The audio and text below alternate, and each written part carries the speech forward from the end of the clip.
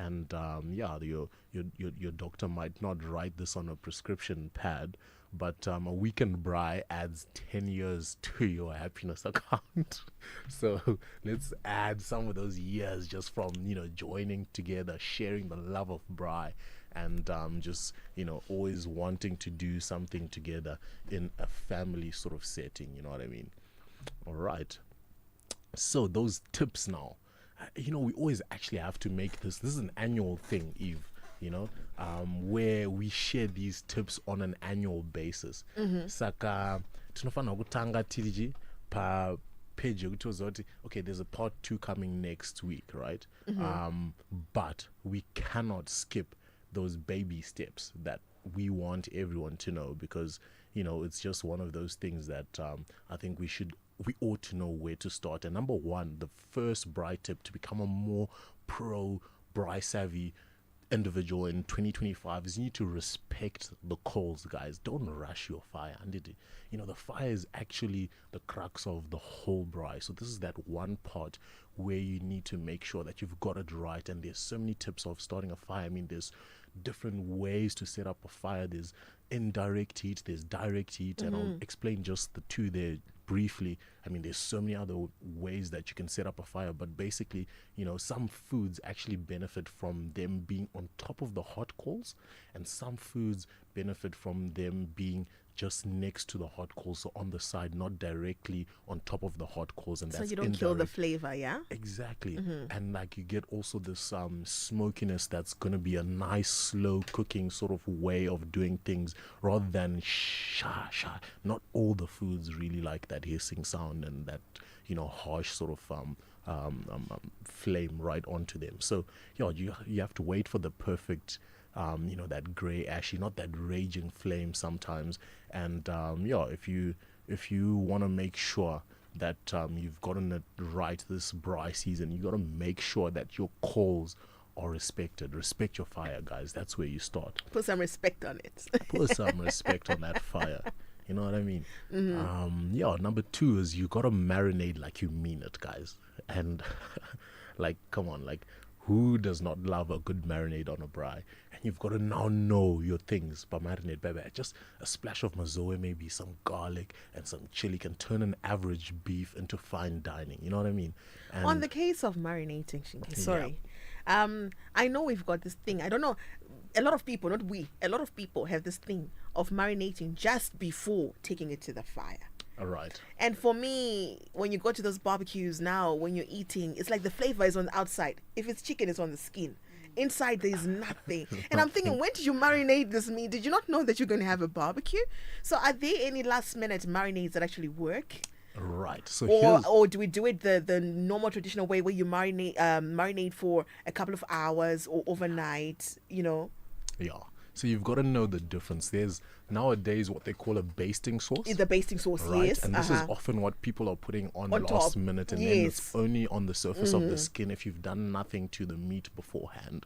So there's a rule of thumb, guys, and this is it. Like, there's a time factor, like you mentioned. Like, there's always a secret to doing the marinade properly, and this is the time factor, guys. If you're gonna master this now. Chicken needs at least 2 to 4 hours to marinate, to make sure that it soaks in all those nice flavors that are gonna go into the bone. Skeleton. And then beef, you're looking at about 6 to 12 hours. So this is something that you generally like to leave overnight for depth. And then you get something like, anana pork, anana fish, those things can go like 30 minutes, you're done. You know what I mean? And you can actually just give them a nice rub, just a dry spice rub, and that'll do the trick on some, sort of easier to go to pieces of meat. Like fish, for example, 30 minutes is long enough. And if you do any longer than 30 minutes, it's actually not going to work. Your fish is going to turn rubbery. It's going to turn into a piece of chewing gum, for that matter. So you don't want to do that. And while we're there per marinade, guys, you have to do like you mean it. There's the flavor triangle, and this is like me trying to simplify science, because remember, I will take the scientific approach. Okay. And so every legendary marinade has 3 things. that was special about it. And one of them is the acid component. So you're talking about your lemon, your vinegar, and in my case, mazoe, because orange, orange crush. You know, It's a cheat code, huh? And so what acid does is just helps to tenderize the meat. Okay. And obviously add that little bit of that tangy flavor that you will get from, you know, the acidity component of it. And then you get some oil in there. You have to get some oil as the second, like, most important part of corner of the triangle, and then your herbs and spices. So you need to know these things. You need to know what works with what type of meat, what are you gonna do to sort of, you know, get the right color that you're looking for. Because remember, marinade is talking about everything. It's flavor, it's taste, it's appearance, it's the colors that you're trying to achieve when you put that meat on the grill. So for example, if I know my herbs and spices correctly, I know that paprika is going to be leaning towards sort of caramelizing, leaning towards the caramelizing effect. So that's going to make nyama kuti ite unga yakachukira and the likes. Yeah. And for example, coriander will do something completely different to that. You know, it'll add a little bit more of a different flavor and not so much lend its hand towards kuchukirisa kwenyama or whatever the case might be that you're putting on the grill. So those three components are really important for you to understand the flavor triangle when you're talking about marinating. So it's acid, your oil, and then just knowing your herbs and spices. These are gonna be like, you know, that one thing that's gonna be making a difference if you're going to do braai properly. And then those local hacks, guys, you need to know now, because you can play around with things like baobab. I mean, this is something that's been turned into a nice fruit powder. So one day, I actually tell you now, and I needed a recipe that was going to use some lemon juice, and I shared lemon juice, and I had some baobab powder, and I mixed it with some water and just shook it up a little bit. And that taste profile, I promise you, that tanginess, that vitamin C boost, because you can actually taste some of these things. You know, like when you need to feel nourished when you're eating your food. And I strongly believe that food has that power to just make you feel good, to make you feel like you're coming alive, you're coming out. And that baobab fruit powder, oh gosh, it did the job. And yeah. So you need to know those local hacks, like we mentioned masoe, we mentioned baobab fruit powder now. Things like masao, like some of the fruits that you find in musango, those wild fruits, they can turn into a very, very good sauce. And like, it's just a matter of you knowing how to get the fruit pulp out of there, put it in a blender, mix it up with one of those three components, or like all balance out those three components we've spoken about in a marinade with wild fruit, and bam, you have a killer sauce. All right. Mm-hmm. And an important one, guys, tilpa marinade today, but I really want to share this. Like, there's a thing that you need to know, and we're talking about perfection. Yeah, this is what we need to understand. You want to always marinate in glass, okay, ceramic or plastic bowls. Do not, or try not to marinate in metal tins or trays. This is because, you know, that metal is going to react with the acidity, and it's just going to ruin the flavor. And you won't know it unless I've told you now and you've actually weighed it out and you've seen the difference and see, all right, okay, it's actually a thing, guys. So if you marinate in a tin, sort of, even if it's stainless steel, it's not going to give you the same effect as someone who's done it in glass or a ceramic or just simply a plastic bowl. So yeah, you want to make sure that you don't marinate in some rusty tin, otherwise, yeah. And don't waste the juice. That's the last thing I can say. Do not waste the juice. When you marinate, you're going to make, obviously, a lot of it to sort of go into the meat or whatever. And then what's left over is the perfect basting sauce. I mean, if you're going to throw that away, then apana zvawaita. Uchitogocha pepe uchitodai unenge uri kutozorera tunyama to liquid twasara. That is the liquid gold that's going to make another sort of level into, you know, doing this marinade thing properly and making sure that your meat actually tastes like you want it to. Yeah. And that's just one tip, marinating. Imagine. Just one. Yeah. There's so many to go. There's so many to go. But yeah, like, I mean, like sort of breeze through the other ones. And point number 3 is flip it and don't fidget. Okay, so like I know people are talking about how ndakambozvinzwa chitaurwa pamwe pano so anditika kuti kana kana uri pabrown nyama inongopindurwa. So that's absolutely ridiculous, and I don't believe that. I mean it's not about how I feel, because I want to be very objective about this and not be subjective, because this is science. It's actually science oriented. You want to flip nyama once or twice, and it just depends on what it is that you're flipping. You know, sausage Yeah. You know, if you put it on the right amount of heat, the coals, like just the one time is enough. And this is because there's a scientific reaction happening. I like how you bring science into this, but okay, we're here for it. I tell you. So if you put a piece of meat on the braai, right? Just imagine kusaido kutomboti ndakupa mfananidzo kuti pane mvura iri kufasha, iri kuboila, iri mupota, anditi mabubbles emvura ari kuenda kumusoro, anditi. And inside the meat, you've got those juices that are inside the meat.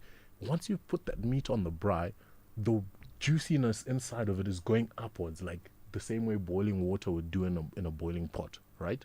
And so if you constantly flip it, you're stressing out the meat, because it's like now the water is going other way, now it's going back the other way, now it's going the other way, now it's going and that's what makes your meat tough.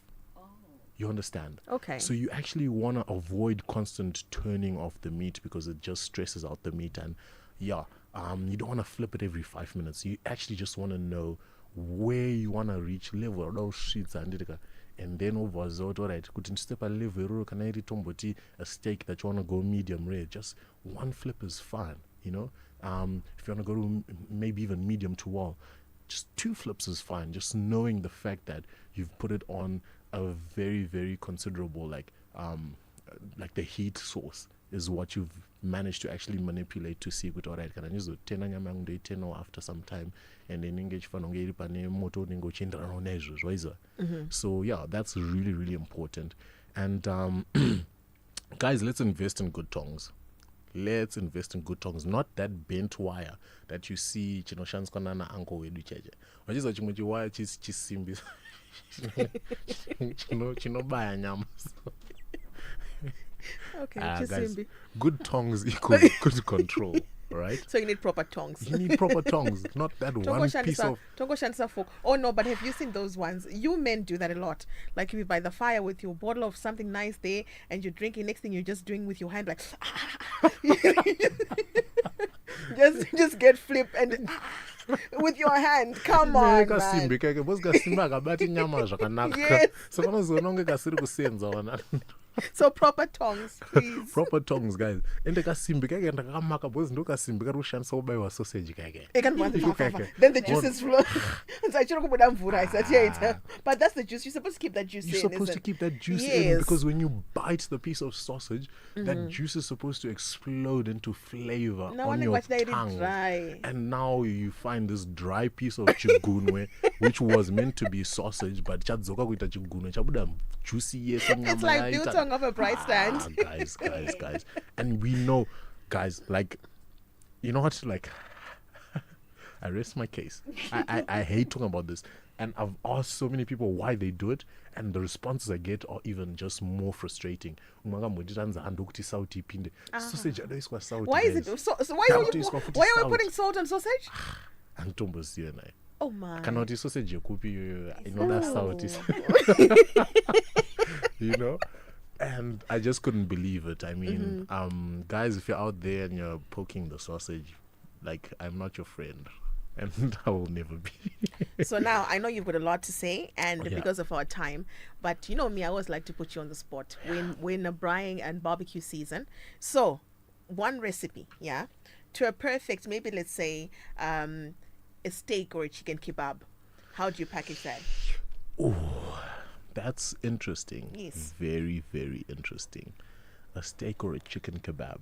Okay, so let's do both, okay, as kebab. So like one of my favorite things is to get like rump steaks, okay, and turn them into like some nice chunky thick steak kebabs. Okay. And then you'll find that in European restaurants or anywhere else where they really, really do meat properly, they hang it on like a piece of a skewer. Yes. And then it's called an espetada.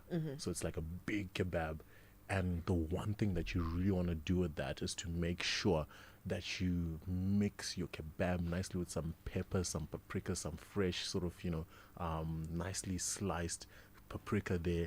And, oh gosh. Oh no, I shouldn't I'm have. salivating. I shouldn't have. And then just rub that steak. Make it nice and tight. Those peppers are in between. Rub it with some garlic. Rub it with some, crush some nice coriander. So you want to toast the coriander beforehand. And then just rub it on there so you get that nice built-on flavor, that you can get onto your steak there. And then some Worcestershire sauce. Okay? Some Worcestershire sauce is going to be an added advantage to your steak. I mean, this does wonders to steak dishes because it adds a bit of some tanginess. It also adds a depth to the color and just to the flavors that pop out of there. And you're going to serve this with an obvious chimichurri sauce. I mean, why will you have your steak without a chimichurri sauce? I don't know. Okay? Right, Shingi. I know you could go on and just salivating, which is, this was a bad recipe for me today because now, look at the time. And it's going on and on. So, right, I'm sure there are people listening in, and this is a series you've started. So, we'll continue again next week. But for those who would love to get in your group, get in touch with you, where can they do that? Right. So, guys, you can catch me on my mobile number. That's 0774 410 008. And you can just pop me a WhatsApp message, give me a call, let's have a chat about food.